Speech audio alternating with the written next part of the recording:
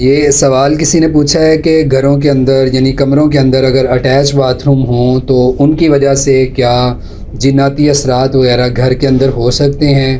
یعنی ان کے پوچھنے کا مقصد یہ ہے غالباً کہ اگر باتھ روم جو ہیں ان کے اندر شیاطین جنات رہتے ہیں تو وہ کمروں کے ساتھ اگر اٹیچ باتھ روم ہوں گے تو کیا اس کی وجہ سے وہ جنات گھر کے اندر بھی تنگ کر سکتے ہیں.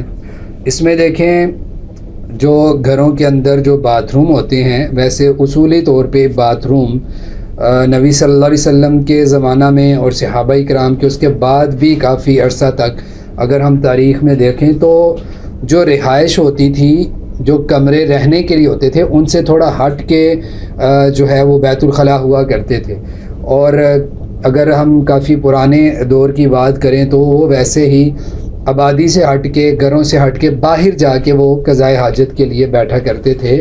تو بہتر صورت تو یہی ہے کہ رہائشی جو جگہ ہے اس سے ہٹ کے باتھ روم ہو, ٹھیک ہے, بیت الخلاء وغیرہ اس سے ہٹ کر ہونے چاہیے, یہ زیادہ بہتر ہے. لیکن چونکہ اب لوگوں کا جو ہماری سوسائٹیز ہیں ان کے اندر ماحول ہی اس طرح کا ہے کہ ممکن نہیں ہے کہ آپ اپنے گھر سے ایک الگ حصے میں جا کے جو ہے وہ قضائے حاجت کے لیے بیٹھیں اور یہ معاملہ اس طرح سے ادا کر سکیں, یہ ممکن نہیں ہے. تو اس میں یہ ہے کہ رخصت موجود ہے شرعی طور پر کہ گھروں کے اندر باتھ روم جو ہیں وہ کمروں کے ساتھ اٹیچ ہیں. اگرچہ اس کی وجہ سے یہ بھی ہوتا ہے کہ بعض دفعہ گندگی کی وجہ سے بدبو وغیرہ کا پھیلنا, پھر اسی طرح اس میں کوئی شک نہیں ہے کہ باتھ روم جو ہیں یہ اماجگاہ ہیں, رہنے کی جگہ ہیں جنات کی اور پسندیدہ جگہوں کے اندر ہیں. اسی لیے نبی صلی اللہ علیہ وسلم نے دعا پڑھ کے جانے کا حکم دیا کہ جب باتھ روم جانے لگو تو تم دعا پڑھ لو کہ بسم اللہ اللہم انی اعوذ بک من الخبث والخبائث, کہ شیطان جنوں اور جننیوں سے اللہ تعالیٰ مجھے پناہ میں رکھنا, تیرے نام کے ساتھ داخل ہوتا ہوں. تو یہ ان کے رہنے کی جگہ اور مسکن ہے, اس میں کوئی شک نہیں ہے. لیکن علماء اس کی رخصت دیتے ہیں کہ اگر کوئی باتھ روم کو صاف رکھتا ہے, گندگی جمع نہیں ہونے دیتا, جاتے وقت کی دعا پڑھتا ہے تو وہ دعا پڑھ کے جائے, ان چیزوں کا اہتمام کرے تو رخصت موجود ہے. رہی یہ بات کہ ان کی وجہ سے گھر کے اندر نقصان ہونا یا جنات کا پھیل جانا, تو دیکھیں اس کے بارے میں کوئی واضح نص موجود نہیں ہے کہ وہی جنات گھر کے اندر آ کے نقصان دیتے ہیں.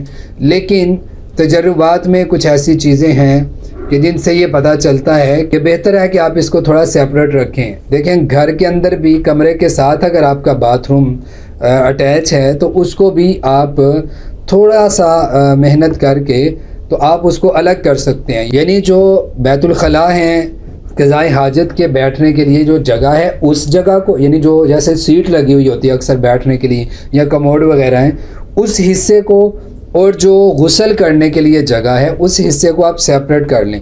ہاتھ دھونے کے لیے, وضو کرنے کے لیے, نہانے کے لیے جو جگہ ہے تو آپ بیچ میں یا تو دیوار بنا لیں, یعنی الگ الگ ان کے دروازے کر لیں, یہ زیادہ دقت والا کام ہے. اس کے علاوہ آج کل آپ جانتے ہیں کہ کچھ ایسے دروازے شیشے کے ملتے ہیں, پلاسٹک کے ملتے ہیں, جن کو فوراً بند کیا جا سکتا ہے اور ایک وہ پردے کا کام کرتے ہیں. ٹھیک ہے, آپ گوگل کر کے دیکھ لیں, آپ کو آسانی سے دکھ جائے گا, مل جائے گا کہ کیسے باتھ روم کو اور غسل خانے کو الگ کیا جاتا ہے.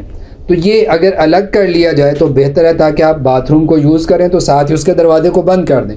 پھر آپ غسل کرنا, وضو کرنا یہ الگ حصے میں رکھیں اور وہ حصہ بند ہی رہنے دیا جائے تو بہتر ہے.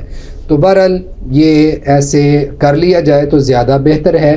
اور دروازے کو آپ باتھ روم کو یوز کرنے کے بعد بند کر دیں تو زیادہ بہتر ہے. زیادہ دیر اس کو کھلا نہیں رہنے دیں اور اس کی صفائی ستھرائی رکھیں. جاتے آتے ہوئے دعاؤں کا اہتمام کریں.